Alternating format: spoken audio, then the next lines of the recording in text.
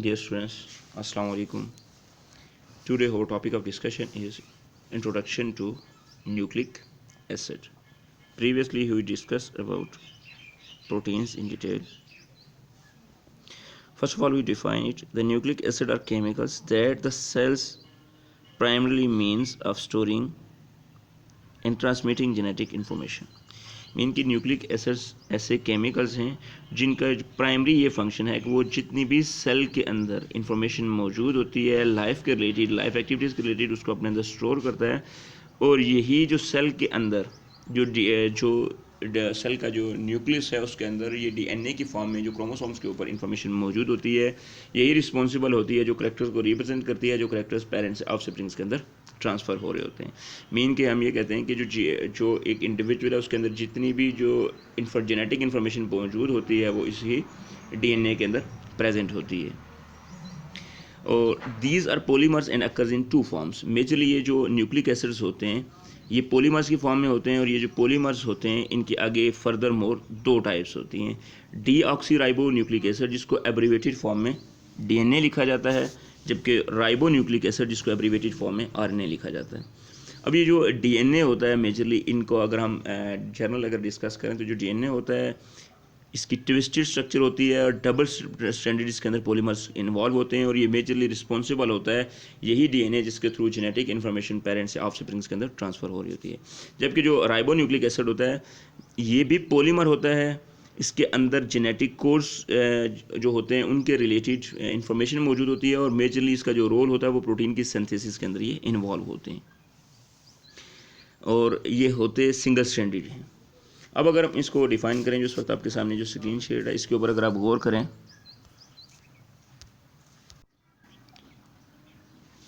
इस वक्त जो आपके सामने स्क्रीन शेयर है इसके ऊपर अगर आप इसकी डेफिनेशन देखें तो nucleic acid is a polymer that consist of nucleotide residues. अब इटसेल्फ ये है न्यूक्लिक एसिड, ये पॉलीमर है लेकिन ये रेजिड्यूज से मिलकर बना है, और जो इसके अंदर जो रेजिड्यूज हैं जो इसके अंदर सब यूनिट्स हैं वो न्यूक्लियोटाइड्स हैं। न्यूक्लियोटाइड्स पुट टुगेदर होते हैं और एक कम्प्लेक्स पॉलीमर स्ट्रक्चर्स डेवलप करते हैं।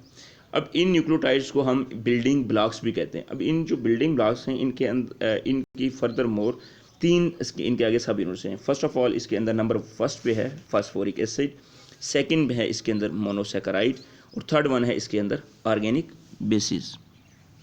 अब अगर देखें इसके अंदर तो जो ऑर्गेनिक बेसिस हैं उनको जर्नली जो कैटेगराइज किया गया है वो मेजर दो कैटेगरीज के अंदर कैटेगराइज किया है, प्यूरिन्स और पायरिमिडीन्स हैं।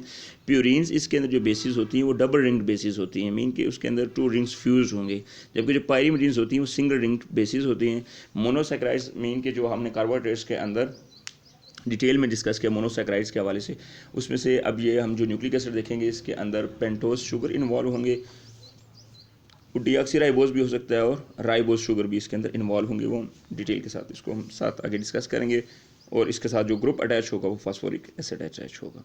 अब अगर हम मोनोसैकेराइड्स के हवाले से डिस्कस करें तो all nucleotides are constructed from one of these two monosaccharides, के जितने भी न्यूक्लियोटाइड्स होंगे डीएनए के अंदर, मीन के न्यूक्लिक एसिड के अंदर डीएनए हो या आरएनए हो उसके अंदर इन दो में से एक न्यूक्लियोटाइड पाया जाता है।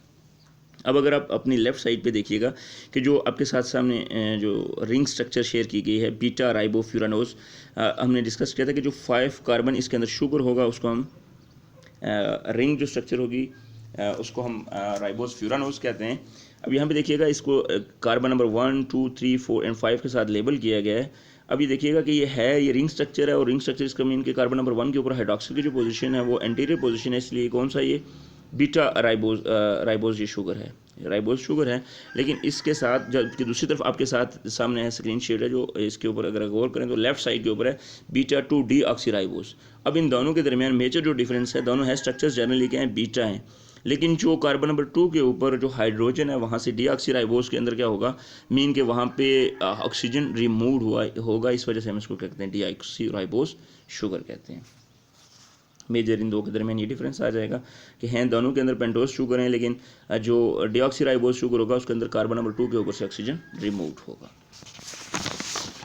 इसके बाद अगर हम इसकी डिस्कवरी के हवाले से कंसल्ट करें तो डिस्कवरी ऑफ डीएनए के स्ट्रक्चर्स के हवाले से जो करंट जो हम डीएनए की जो स्ट्रक्चर्स को डिस्कस करते हैं, ये जो मॉडल प्रपोज किया है डिस्कवरी ऑफ डीएनए के हवाले से सबसे जो करंटली हम ये जो मॉडल डिस्कस करते हैं कि डीएनए की जो स्ट्रक्चर है वो डबल स्ट्रैंडेड स्ट्रक्चर है, ये हेलिकल फॉर्म में एग्जिस्ट करता है, इसके अंदर न्यूक्लियोटाइड बेसिस इन्वॉल्व होती हैं। ये वाटसन एंड क्रिक वो साइंटिस्ट हैं जिसने फर्स्ट ऑफ ऑल हमें ये चीज़ डिटेल के साथ एक्सप्लेन की कि इसकी जो स्ट्रक्चर होती है वो डबल स्ट्रैंडेड स्ट्रक्चर होती है। वाटसन एंड क्रिक का मॉडल करंटली हम स्टडी करते हैं। इन ये मॉडल प्रपोज किया 1953 के अंदर, और इनके मॉडल की प्रपोजिशन जो थी वो मोमेंटस इवेंट थी साइंस के अंदर, जिसकी वजह से न्यू फील्ड्स जो थी वो साइंस के अंदर ओपन हुई, फर्दर इसके ऊपर डिस्कवरी स्टार्ट होगी। इसके अंदर इन्होंने ये प्रपोज किया कि डीएनए की जो स्ट्रक्चर है वो डबल स्ट्रैंडेड स्ट्रक्चर होती है, ये हेलिकल फॉर्म में एग्जिस्ट करता है, और इसके अंदर जो बेसिस होती हैं वो प्यूरिन्स और पाइरिमिडीन्स बेसिस इसके अंदर इन्वॉल्व होती हैं। अब डीएनए को फर्स्ट जो आइसोलेट और कैरेक्टराइज किया वो फ्रेडरिच मैशर ने किया 1868 के अंदर किया है। He called phosphorus containing substances nuclein, और इसने इसके हवाले से ये डिस्कस किया कि इसके अंदर फास्फोरस प्रेजेंट होता है और उस फास्फोरस की बेस पे इसने इसको न्यूक्लाइन का नाम दिया। अब Oswald T Aware and Colin मैक्लाइड ने और मैकाले कार्टे ने ये एविडेंस कंपाइल किए कि जो डीएनए है इसके अंदर जेनेटिक इन्फॉर्मेशन प्रेजेंट होती है, जो कि जितनी भी जो लाइफ के रिलेटेड जो एक्टिविटीज़ होती हैं, जो जीनोमिक इन्फॉर्मेशन प्रेजेंट होती है वो इस डीएनए के अंदर प्रेजेंट होती है। और इस हवाले से अवारे और उसके कोलीग्स ने वायलेंट जो थे कुछ स्पीशीज़ उनके ऊपर उन्होंने एक्सपेरिमेंट परफॉर्म किए, और उन्होंने फिर ये देखा कि ऐसी वो कौन सी सब्सटेंस है जो करेक्टर्स को कंट्रोल कर रही होती है, और आर स्ट्रेंस और एस स्ट्रेंस के हवाले से इन्होंने एक्सपेरिमेंट किए थे, और उसके बेस पर इन्होंने ये प्रपोज किया कि जो करेक्टर्स की जो ट्रांसमिशन है वो ये न्यूक्लिक एसिड उसके लिए रिस्पॉन्सिबल है। इसके बाद नेक्स्ट वन है हमारे पास अरविंद चारगिफ और उसके जो कोलीग्स हैं लेट 1940 के अंदर उन्होंने ये चीज़ प्रपोज की, found 4 nucleotide basis of DNA. इनने डिटेल्स के साथ डिस्कस किया कि जो डीएनए होता है इसके अंदर 4 न्यूक्लियोटाइड्स इसके अंदर क्या होती हैं, बेसिस इन्वॉल्व होती हैं, जिनको हम मेजरली अगर हम डीएनए के हवाले से कंसल्ट करें तो इसके अंदर 4 बेसिस इन्वॉल्व होते हैं, जिसके अंदर एडेनिन, थाइमिन, गवानिन और साइटोसिन इन्वॉल्व होती हैं। जिस सीक्वेंस से ये आपके साथ शेयर की गई है, इसी सीक्वेंस से आपस में ये क्या होंगी, कंबाइन होंगी, कि हमेशा एडेनिन थाइमिन के साथ कंबाइन करेगा और गवानिन साइटोसिन के साथ कंबाइन करेगा। एडेनिन और थाइमिन के दरमियान जो बॉन्डिंग होगी वो हमेशा डबल बॉन्ड होगा, जबकि साइटोसिन और गवानिन के दरमियान ट्रिपल बॉन्डिंग इन्वॉल्व होगी। मीन के जो लंबा होगा वो आपस में कंबाइन करेगा, जबकि जो गोल अल्फ़ाबेट्स हैं वो क्या करेंगे, आपस में कंबाइन करेंगे। जैसे अल्फ़ाबेट के हवाले से अगर देखें तो एडेनिन और थाइमिन आपस में कंबाइन करेंगे, मीन के इनकी जो पोजीशन है वो लॉन्ग पोजीशन है, जबकि राउंड स्ट्रक्चर है सी और जी की, गवानिन और साइटोसिन आपस में क्या करेंगे, कंबाइन करेंगे। ये जो सीक्वेंस आपके साथ शेयर किया गया है ये डीएनए के हवाले से किया गया है, जबकि जो आरएनए होगा उसके अंदर रिप्लेस करेगा यूरासिल, उसके अंदर प्रेजेंट होगा।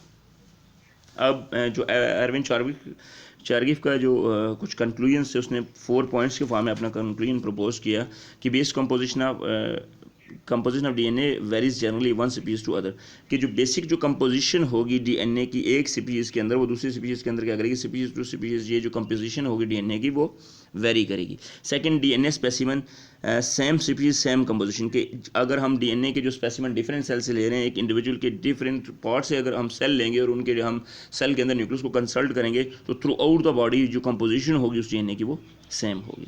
थर्ड वन अगर देखिएगा कि base composition DNA not change with organism, कि जो कंपोजिशन होगी डीएनए की वो with the passage of time change नहीं होगी, वो इंडिविजुअल की एज के साथ चेंज नहीं होगी, न्यूट्रिशनल स्टेट के साथ चेंज नहीं होगी, या अगर एनवायरनमेंट के अंदर कुछ वेरिएशंस आ रही हैं तो उसके साथ भी ये फ्रीक्वेंटली चेंज नहीं होगी।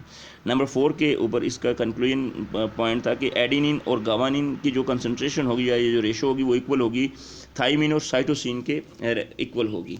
और इस ये जो क्वांटिटिव रिलेशनशिप है इसको चार्गफ रूल्स भी कहते हैं कि जो रेशो होगी हमेशा एडेनिन, गवानिन, थाइमिन और साइटोसिन की ये रेशो हमेशा इक्वल होगी। मीन के जो जितने भी इंडिविजुअल्स होंगे उनके अंदर जो न्यूक्लियोटाइड्स के सीक्वेंस होंगे, हालांकि कंबाइन तो एडेनिन और थाइमिन करेंगे, गवानिन और साइटोसिन करेंगे, लेकिन ओवरऑल जो इनकी रेशो होगी वो सेल के अंदर इक्वल होगी। इसके बाद नेक्स्ट वन आपके साथ कुछ क्वेश्चंस हैं। फर्स्ट ऑफ ऑल पहला जो क्वेश्चन है कि why nucleic acid name given to DNA and RNA, कि डीएनए और आरएनए को ओवरऑल जो जर्नल हम न्यूक्लिक एसिड के अंदर कंसल्ट करते हैं, और न्यूक्लिक एसिड को जो नाम है न्यूक्लिक एसिड का किस बेस पे दिया गया, इसका कुछ रेफरेंस इस हवाले से कि जिन सेल से ये डिस्कवर किया गया वो आप डिटेल से इसके अंदर 2 to 3 लाइन्स के अंदर इसको आंसर के फॉर्म में मेंशन करेंगे। क्वेश्चन नंबर 2 है draw the label ring structure of purines and pyrimidines found in DNA. अपने रिंग स्ट्रक्चर बनानी है, लेकिन रिंग स्ट्रक्चर्स क्या होनी चाहिए, लेबल होनी चाहिए, और प्यूरिन्स बेसिस की इलादा से बनानी है और पायरिमिडीन्स की इलादा से बनानी है। क्वेश्चन नंबर 3 है आपके साथ, differ between nucleoside and nucleotides. ये न्यूक्लियोटाइड और न्यूक्लियोसाइड का आपने डिफरेंस उसके साथ डेफिनेशन लिखनी है और उसकी जो स्ट्रक्चर होगी साथ उसको भी मेंशन करना है। ये हमारा इंट्रोडक्टरी लेक्चर था न्यूक्लिक एसिड के हवाले से। इन डिटेल हम इसको इंशाल्लाह डिस्कस करेंगे।